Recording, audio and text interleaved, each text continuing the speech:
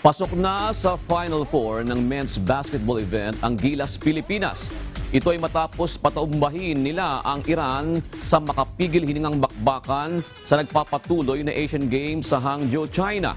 Mainit na opensa ang ipinamalas ng Gilas sa first half na nagtapos ng may abante na 12 points.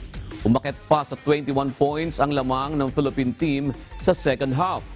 Subalit humabol ang Iran ng 16-2 run makalipas lang ang 3 minutes sa last quarter. Last 2 minutes naagaw na ng Iran ang abante.